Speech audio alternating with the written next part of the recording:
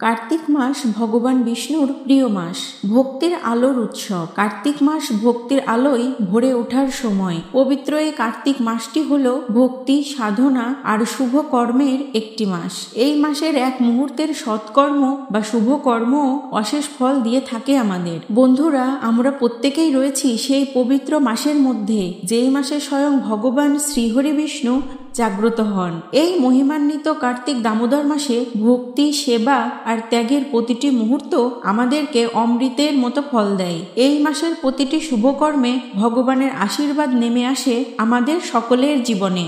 এই পবিত্র কার্তিক মাসে সামান্যতম দানও অসীম ফল দিয়ে থাকে আমাদের। এই পবিত্র মাসের এক মুহূর্তের একটি পূর্ণ কাজ বা একটু ভক্তি হাজার হাজার জন্মের পাপ মোচন করতেও সক্ষম।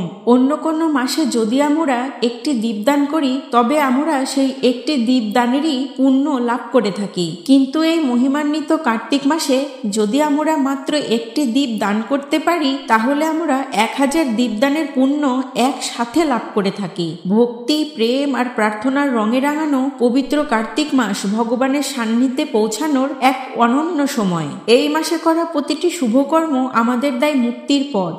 এই পবিত্র কার্তিক মাসে ভগবানকে ভালোবেসে করা প্রতিটি সৎ কাজ, প্রতিটি প্রার্থনা সরাসরি পৌঁছে যায় ভগবানের চরণে। কার্তিক মাস শুধু ভক্তির মাসই নয়, এটি পুণ্য কর্মেরও মাস। এই মাসে করা সৎ কাজগুলো অন্য মাসের তুলনায় অধিক ফল দিয়ে থাকে। চলুন তাহলে জেনে নিই এই মাসে কর্তব্য কিছু শুভকর্ম, যা পুণ্যকর্ম, যেগুলো করলে আমাদের জীবনে আসবে শান্তি ও সৌভাগ্য। আমরা লাভ করতে পারবো ভগবানের কৃপা। যে কর্মগুলো করলে ঈশ্বর স্বয়ং প্রসন্ন হবেন আমাদের প্রতি, যা বদলে দিতে পারে আমাদের প্রত্যেকের ভাগ্য। নমস্কার সবাইকে, ধর্মতত্ত্ব ইউটিউব চ্যানেলে সবাইকে জানাই সুস্বাগতম। আশা করি সবাই ভালো আছেন ও সুস্থ আছেন পরম করুণাময় ঈশ্বরের অশেষ কৃপায়। ধর্মতত্ত্বের আজকের পর্বটি হতে চলেছে খুবই গুরুত্বপূর্ণ আপনাদের সকলের জন্য। ভিডিওটির মূল পর্বে যাবার আগে সকলকে অনুরোধ করব, ভক্তি, শ্রদ্ধা ও ভালোবাসার সহিত সম্পূর্ণ ভিডিওটি মনোযোগ সহকারে শ্রবণ করার জন্য। মনোযোগ সহকারে সম্পূর্ণ ভিডিওটি শ্রবণ করে যদি আপনাদের ভালো লাগে, তাহলে ভিডিওতে একটি লাইক অবশ্যই করবেন এবং কমেন্টে আপনার মতামত আমাদেরকে অবশ্যই জানাবেন। আমাদের চ্যানেলে নতুন হয়ে থাকলে চ্যানেলটিকে সাবস্ক্রাইব করার অনুরোধ রইল এবং পাশে থাকা বেল আইকনটি প্রেস করে রাখবেন। এতে করে আমি যখনই নতুন কোনো ভিডিও পোস্ট করব, তা সরাসরি পৌঁছে যাবে আপনার কাছে এবং আপনি ধর্ম বিষয়ক নানা রকম গুরুত্বপূর্ণ তথ্য জানতে পারবেন আমাদের চ্যানেল থেকে। তাহলে চলুন বন্ধুরা, যাওয়া যাক আজকের মূল পর্বে। বন্ধুরা, আমরা প্রত্যেকেই হয়তো জানি, ভালোর কখনো কোনো শেষ হয় না। আপনার মনে যদি ভগবানের জন্য ভক্তি, শ্রদ্ধা ও ভালোবাসা থাকে, তাহলে আপনি অতি ক্ষুদ্রতম একটি ভালো কর্মের দ্বারাও তার কৃপা লাভ করতে পারবেন। হাজার হাজার ভালো কর্ম ও শুভ কর্মের মধ্যে এই পবিত্র কার্তিক মাসে করণীয় সর্বপ্রথম একটি শুভ কর্ম হল পরমেশ্বর ভগবান শ্রীহরিকে দীপ দান করা। এই পবিত্র মাসে যদি আপনারা প্রতিদিন ঘৃত প্রদীপ ভগবানকে নিবেদন করতে পারেন, দামোদর অষ্টকাম সহযোগে অর্থাৎ দামোদর অষ্টকাম পাঠ করে যদি ভগবানকে ঘৃত প্রদীপ নিবেদন করতে পারেন আপনারা, তাহলে ভগবান অত্যন্ত প্রসন্ন হবেন আপনার উপর। আমরা সকলেই হয়তো মনের জানতে অজান্তে অনেক পাপ কর্ম করেছি, কুকর্ম করেছি। যদি আমরা এই পবিত্র কার্তিক দামোদর মাসে অষ্টকম কীর্তন সহ ভগবানকে দীপদান করতে পারি, এই মাসে বিশেষ করে ভগবানের যে দামোদর রূপ, সেই রূপকে যদি আমরা দীপদান করতে পারি, তাহলে আমাদের শুধু এই জন্মেরই নয়, এমনকি পূর্ব জন্মের আমরা যে সমস্ত পাপ করেছি, সেগুলো থেকেও আমরা পূর্ণ রূপে মুক্তি পাবো। সেই জন্য আমরা আর যাই কিছু করতে পারি বা না পারি, অন্তত ভগবানের উদ্দেশ্যে প্রতিদিন একটি করে দীপদান অবশ্যই করব। তবে বন্ধুরা, মনে রাখতে হবে, পুরনো ছেঁড়া কাপড় দিয়ে সলতে বানিয়ে তা একদমই ব্যবহার করা যাবে না প্রদীপে। অনেক গৃহস্থ বাড়িতে এটা করতে দেখা যায়, যা একদমই উচিত নয়। এটাকে অশুভ বলে মনে করা হয়। আপনারা তুলো দিয়ে সলতে তৈরি করে ঘিয়ে ডুবিয়ে সেটা মাটির প্রদীপের মধ্য দিয়ে ভগবানকে নিবেদন করবেন। এভাবে আপনারা দীপদান করলে তাহলে এই জন্মের ও পূর্ব জন্মের অর্জিত পাপ এবং সমস্ত পাপ এক এক করে বিনষ্ট হয়ে যাবে। 2 নম্বর শুভকর্ম যা এই পবিত্র কার্তিক মাসে করা উচিত, তা হল হলো হরিনাম জপ এবং কীর্তন, ভগবানের নাম জপ ও ভগবানের কীর্তন। আপনারা অনেকেই সারা বছর ধরে হয়তো হরিনাম করেছেন, ভগবানের নাম করেছেন, কেউ কেউ আবার হয়তো সারা বছরই করেন না। তাদের জন্য একটা বিশেষ সুযোগ এই পবিত্র কার্তিক মাস। এই মাসে যদি আপনারা ভগবানের একটু আরতি করে তারপর ভগবানের নাম জপ করা শুরু করতে পারেন, তবে আপনারা এর অশেষ ফলাফল লাভ করতে পারবেন। মহামন্ত্র যা আমাদের মহাপ্রভু আমাদের দিয়ে গেছেন, সেই মহামন্ত্র যদি আপনারা প্রতিদিন 108 বার করে জপ করতে পারেন, তাহলে আপনারা অসীম কৃপা লাভ করতে পারবেন ঈশ্বরের। যাদের পক্ষে 108 বার মহানাম মন্ত্র জপ করা সম্ভব হয়ে ওঠে না, তারাও অন্তত 3 বার এই পবিত্র কার্তিক মাসে মহানাম মন্ত্র জপ অবশ্যই করবেন। কিন্তু যারা যত বেশি মহানাম মন্ত্রটি জপ করতে পারবেন, তাদের তত বেশি মঙ্গল হবে, তাদের তত বেশি ভালো হবে। আবার অনেক জায়গায় দেখা যায় 4-5 জন বা 8-10 জন নিয়ে অনেকে নগরের মধ্যে সংকীর্তন করতে বের হন। এটা একটা বিশেষ সুযোগ। অনেকে হয়তো করছেন না, তারা জানতে পারছেন না। যখন আমরা সংকীর্তন করব, তার ফলে কি হবে? যারা সংকীর্তন করছেন না বা মহানাম মন্ত্র জপ করছেন না, তারা যখন এই পবিত্র মহানাম মন্ত্র আপনারা শ্রবণ করবেন, শ্রবণ করলেও আপনারা ভগবানের কৃপা ও আশীর্বাদ লাভ করতে পারবেন। এই মাসে আমরা যা কিছু ভালো কর্ম করব, 1000 গুণ ফল লাভ করব আমরা। তাহলে এই মাসে খুব সুন্দর করে ভগবানের নাম আমাদের জপ করা উচিত। একটু চিন্তা করে দেখুন তো যে এটা কত গুরুত্বপূর্ণ একটি বিষয়। তাই যারা করছেন তারা এটাকে আরো ভালোভাবে করার চেষ্টা করবেন। আর যারা করছেন না, অনেকে চিন্তা করছেন, করব করব মনে মনে ভাবছেন, এর থেকে ভালো সময় আপনারা আর কখনোই পাবেন না। তাই আর এক মুহূর্তও দেরি না করে এই মাসে শুরু করে দিন মহানাম মন্ত্র জপ করা। এই মাসে 1 মালা হরিনাম জপ করলে 1000 মালা হরিনামের ফল আপনারা পেয়ে যাবেন, যার ফল পাবেন 1000 গুণ। এর থেকে ভালো সুযোগ আর কি কখনো আসবে? আপনারা নিজেই একটু চিন্তা করে দেখতে পারেন। তাই আপনাদের সকলকে বলবো, যারা মহানাম মন্ত্র জপ করছেন না, তারা অবশ্যই এই মাস থেকে মহানাম মন্ত্র জপ করা শুরু করে দিন। 3 নম্বর শুভকর্মটি হলো তুলসী মহারানীর সেবা। আমরা সবাই জানি তুলসী ভগবানের অত্যন্ত প্রিয়। তুলসীকে আমরা স্বচক্ষে দর্শন করতে পারি। তুলসী দেবীর আরতি কীর্তনে বলা হয়েছে যে তুলসী কৃষ্ণ প্রেয়সী নমো নমো। আর সেই তুলসী দেবীকে প্রণাম করি আমরা, যিনি হচ্ছেন ভগবানের অত্যন্ত প্রিয় এবং তিনি আমাদের কৃষ্ণ ভক্তি প্রদান করেন। এই মাসে তুলসী পূজা করা, তুলসী সেবা করা, তুলসীতে জলদান করা, তুলসীকে প্রদক্ষিণ করা, তুলসী দেবীকে আরতি করা অত্যন্ত গুরুত্বপূর্ণ একটি বিষয়। আমাদের প্রত্যেকের গৃহেই, প্রত্যেকের বাড়িতেই তুলসী দেবী আছে। সেটাতে ধূপ দীপ দিয়ে আমরা তুলসী দেবীর আরতি করতে পারি। তারপর তাকে প্রদক্ষিণ করব, জলদান করব এবং সবশেষে প্রণাম করব। এভাবে তুলসী মহারানীর সেবা করলে এবং তার পরিক্রমা যখন আমরা করব, তার ফলে আমাদের প্রত্যেকটি পদে পদে সমস্ত পাপ থেকে আমরা মুক্ত হতে পারবো। আর তুলসী দেবীর কাছে প্রার্থনা করব যেন আমি কৃষ্ণ ভক্তি লাভ করতে পারি। হে তুলসী মহারানী, কৃপা করুন আমার, যেন কৃষ্ণ ভক্তি লাভ হয় আমার। এভাবে আমরা তুলসী মহারানীর কাছে প্রার্থনা করব। 4 নম্বর শুভকর্মটি হলো গোমাতার সেবা। গোমাতার সেবা সব সময়ের জন্যই অত্যন্ত গুরুত্বপূর্ণ, কিন্তু এই মাস যেহেতু ভগবানের প্রিয় মাস, আর ভগবান হচ্ছেন গো ব্রাহ্মণ হিতায়চ, গাভী এবং ব্রাহ্মণদেরকে তিনি বিশেষভাবে হিত করেন। তাই এই মাসে যদি ব্রাহ্মণদের, বৈষ্ণবদের এবং গোমাতার সেবা যদি কেউ করতে পারেন, তাহলে অনেক অনেক অনেক ফল আপনারা লাভ করতে পারবেন। এ মাস ভগবানের বাল্যলীলার সঙ্গে সংযুক্ত, আর সেই বাল্যলীলাতেই ভগবান গোবৎসদের মাঠে চড়াতে শুরু করেছিলেন। এই মাসের মধ্যে আছে সেই গোপাষ্টমী। গোপাষ্টমীর দিনে ভগবান প্রথম তার সখাদের সঙ্গে গোবৎসদের নিয়ে গোচারণ করতে শুরু করেন। তাই এই মাসে যদি কেউ গোসেবা করেন, তাহলে আপনারা বিশেষ ফল লাভ করতে পারবেন। এখন আপনারা অনেকেই হয়তো বলতে পারবেন যে আমাদের বাড়িতে গোমাতা তো নেই, তাহলে আমরা কিভাবে গোমাতার সেবা করতে পারি? তাহলে বলবো, আপনারা আপনাদের বাড়ির আশেপাশে একটু লক্ষ্য করলেই গোশালা অবশ্যই দেখতে পাবেন। গোশালা হচ্ছে যেখানে অনেকগুলো গোমাতা একসাথে রাখা হয়, গোমাতার পূজা করা হয়, গোমাতাকে সুরক্ষা দিয়ে রাখা হয়। সেই গোশালাতে আপনারা যদি কিছু দান করতে পারেন, গোমাতার জন্য কিছু খাবার অন্নদি দান করতে পারেন, তাহলে গোমাতার সেবার ফল আপনারা তখনই পেয়ে যাবেন। 5 নম্বর শুভকর্মটি হলো ব্রহ্ম মুহূর্তে শয্যা ত্যাগ করা এবং ভগবানের আরতিতে যোগদান করা। সাধারণত আমাদের কারো কারো অনেকেরই অভ্যাস রয়েছে খুব একটা ভোরবেলা আমরা উঠি না, সূর্য উঠে গেলেও আমরা উঠি না। কিন্তু আপনারা যদি এই মাসে একটু কষ্ট স্বীকার করে যদি একটু ব্রহ্ম মুহূর্তে অর্থাৎ সূর্যোদয়ের আগে যদি উঠতে পারেন, তাহলে তা আপনার জন্য বিশেষ ফলপ্রদ হবে। এই সময় পরিবেশটা থাকে খুবই শান্ত। সাধারণত আমাদের প্রাতঃস্নান একদমই হয় না বললেই চলে, সাধারণত আমরা করি না। কিন্তু এই মাসে যদি আমরা ব্রহ্ম মুহূর্তে উঠে স্নান করতে পারি, তার যে কি ফল আছে তা শুনলে আপনারা আশ্চর্য হয়ে যাবেন, বিশেষ করে এই মাসে। কেননা আমরা হয়তো পবিত্র নদীতে স্নান করতে যেতে পারছি না। গঙ্গা, যমুনা, কাবেরী ইত্যাদি যে পবিত্র নদীগুলো রয়েছে সেখানে হয়তো আমরা স্নান করতে যেতে একদমই পারছি না। কিন্তু আমরা যেখানেই স্নান করি না কেন, এই মাসে ওই ব্রহ্ম মুহূর্তের সময় অর্থাৎ সূর্যোদয়ের আগে ওই জলের মধ্যে এই সমস্ত পবিত্র নদীগুলো অবস্থান করে। তাই যেই ব্যক্তি ওই সময় স্নান করবেন সেই পবিত্র নদীর জলে স্নান করার ফল তিনি লাভ করবেন। এই স্নান করার পরে ভালো ধোয়া বস্ত্র পরিধান করে আপনাদের বাড়ির কাছাকাছি যদি মন্দির থাকে, ভগবানের মন্দির, সেই মন্দিরে গিয়ে আপনারা আরাধনা করতে পারেন ভগবানের, তার নাম কীর্তন করতে পারেন, অর্থাৎ আরতিতে যোগদান করতে পারেন, যাকে মঙ্গল আরতি বলা হয়।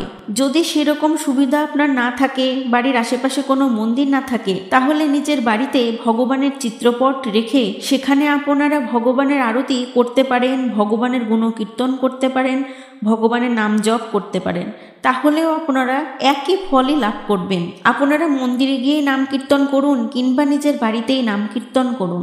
মোট কথা হলো আমাদের প্রত্যেককেই এই পবিত্র কার্তিক মাসে ভগবানকে স্মরণ করতে হবে, ভগবানের নাম কীর্তন করতে হবে, ভগবানের নাম জপ করতে হবে, তাকে সন্তুষ্ট করতে হবে। তাহলেই আমরা এই পবিত্র মাসের পুণ্য সঠিকভাবে অর্জন করতে পারবো। 6 নম্বর যে শুভকর্মটি এই পবিত্র কার্তিক মাসে অবশ্যই কর্তব্য, সেটা হলো বিভিন্ন ধরনের ধর্মীয় শাস্ত্রগ্রন্থ অধ্যয়ন করা। সমস্ত শাস্ত্রের মধ্যে শ্রীমদ্ভাগবত হচ্ছে সব থেকে শ্রেষ্ঠ। এই ভাগবতে ভগবান এবং ভগবানের লীলায় পরিপূর্ণ। বিভিন্ন লীলা রয়েছে এই ভাগবতে। ভগবানের সঙ্গে ভক্তের বিভিন্ন লীলা বর্ণনা করা আছে এই ভাগবতে। সেই সমস্ত লীলা আপনি যখন পাঠ করবেন, সেগুলো স্মরণ করবেন, ভগবানের চিন্তা করতে পারবেন। তখন হয়তো আপনি ভাগবত পাঠ করতে পারছেন না, কিন্তু যেখানে পাঠ হচ্ছে আপনি সেখানে গিয়ে ভক্তি শ্রদ্ধা সহকারে অত্যন্ত বিনীতভাবে মনোযোগ সহকারে ভগবানের লীলাকথা শ্রবণ করতে পারবেন। এই মাসে ভগবানের লীলাকথা শ্রবণ করা কিংবা ভগবত পাঠ করা অত্যন্ত গুরুত্বপূর্ণ একটি বিষয়। কারণ ভাগবত শ্রবণ করলে আমাদের প্রত্যেকের হৃদয় মন পরিশুদ্ধ হবে। তো সেই জন্য এই মাসে বিশেষ করে শ্রীমদ্ভাগবত এবং ভক্তি শাস্ত্র যেগুলো আছে, যেমন শ্রীমদ্ভাগবত গীতা, চৈতন্য চরিতামৃত, এই ভক্তি শাস্ত্র গ্রন্থগুলো আমাদের অধ্যয়ন করা এবং শ্রবণ করা একান্তভাবেই কর্তব্য। 7 নম্বর বিষয়টি হচ্ছে খাদ্য গ্রহণ। খাদ্য গ্রহণ করার বিষয়ে আমাদের প্রত্যেককেই খুবই সতর্ক থাকতে হবে এই মাসে। কেউ কেউ আছে সারা বছর ধরে যা ইচ্ছা তাই খেয়ে যাচ্ছি। অনেকে আছেন যারা নিষ্ঠার সঙ্গে চলেন। যারা নিষ্ঠার সঙ্গে চলছেন বা কৃষ্ণপ্রসাদ গ্রহণ করছেন তারা তো অতি উত্তম। কিন্তু কৃষ্ণপ্রসাদ গ্রহণ করলেও এই মাসে কয়েকটি বিশেষ বিশেষ জিনিস আছে যেগুলো একটু বর্জন করতে পারলে অতি উত্তম। বিভিন্ন শাস্ত্রে বলা আছে মাসকলাইয়ের ডাল এই মাসে সম্পূর্ণ নিষিদ্ধ।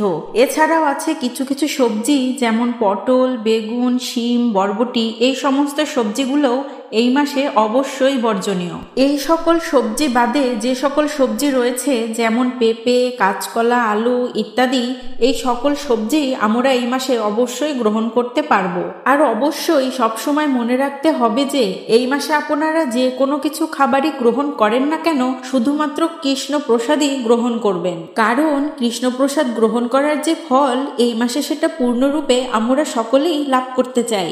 অনেকেই আছেন যারা হয়তো সারা বছর ধরেই আমিষ নিরামিষ মিশিয়ে খাচ্ছেন, আমিষ বর্জন করতে পারছেন না। কিন্তু এই একটা মাস, এই মাসটা ভগবানের যেহেতু অত্যন্ত প্রিয় মাস, তাই এই মাসটাই আমিষ আহার অবশ্যই আপনারা বর্জন করার চেষ্টা করবেন, শুধুমাত্র নিরামিষ আহার গ্রহণ করবেন। কিন্তু সেই নিরামিষ আহারটা কিভাবে গ্রহণ করবেন? আপনারা চেষ্টা করবেন একটু 5-10 মিনিট বেশি সময় দিয়ে সেই নিরামিষ আহারের সঙ্গে একটু তুলসী পত্র মিশিয়ে ভগবানকে নিবেদন করে সেটা গ্রহণ করার। খাবারটা যেহেতু ভগবানকে নিবেদন করা হলো, তাই সেটা তখন প্রসাদে পরিণত হয়ে গেল।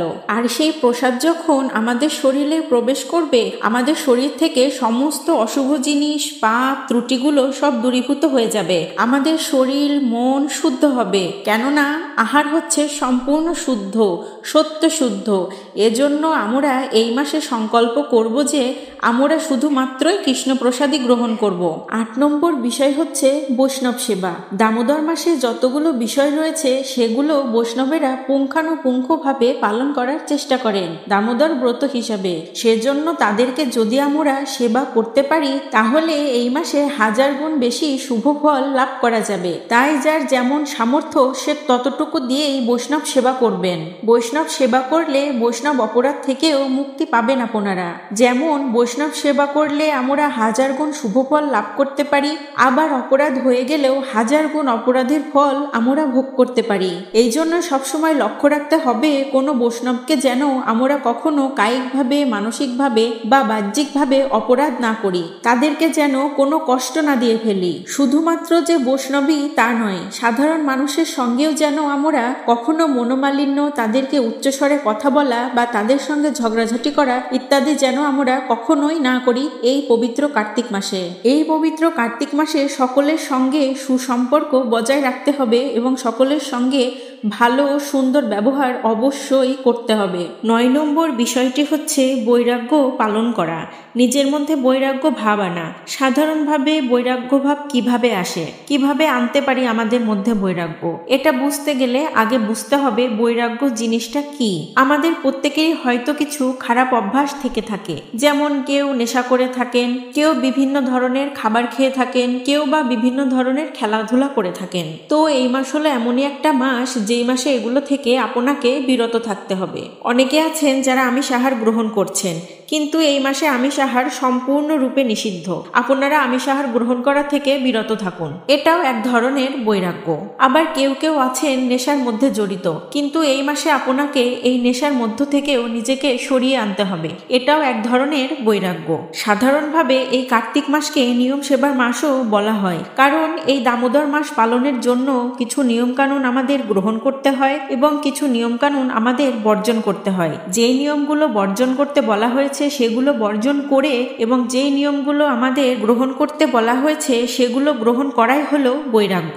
মোট কথা এই পবিত্র কার্তিক মাসে আমাদের অভ্যাসগত খারাপ কর্মগুলো থেকে নিজেদেরকে সরিয়ে আনতে হবে।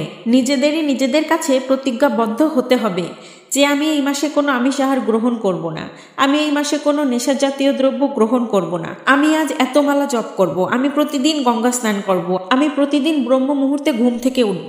এগুলো নিজেই নিজের মধ্যে প্রতিজ্ঞাবদ্ধ হতে হবে এবং যেগুলো বর্জন করতে বলা হয়েছে সেগুলো বর্জন করতে হবে। যেটার প্রতি আমাদের খুব আসক্তি রয়েছে, যে জিনিসটাকে আমরা খুব ভালোবাসি, সেটা আমরা মন থেকে স্বতঃস্ফূর্তভাবে কোনো একটা জিনিসকে আমরা বর্জন করতে পারি, তাহলে সেটা আমাদের মধ্যে বৈরাগ্য ভাব নিয়ে আসবে। 10 নম্বর শুভকর্মটি হলো অন্ন ও বস্ত্রদান। আপনারা আপনাদের চারপাশে লক্ষ্য করলেই দেখতে পাবেন আপনাদের চারপাশে রয়েছে অনেক ধরনের দরিদ্র ব্যক্তি, যারা হয়তো ঠিকভাবে 3 বেলা অন্ন গ্রহণ করতে পারে না, ভালো পোশাক পরিধান করতে পারে না। তো আপনারা যদি এই মাসে সেই সব প্রয়োজনীয় ব্যক্তিকে অন্ন বস্ত্র দান করতে পারেন, তাহলে আপনারা অত্যন্ত শুভ ফল লাভ করতে পারবেন পরম ঈশ্বরের কৃপায়। স্বয়ং ভগবান শ্রীহরি বিষ্ণু অত্যন্ত প্রসন্ন হবেন আপনার ওপর।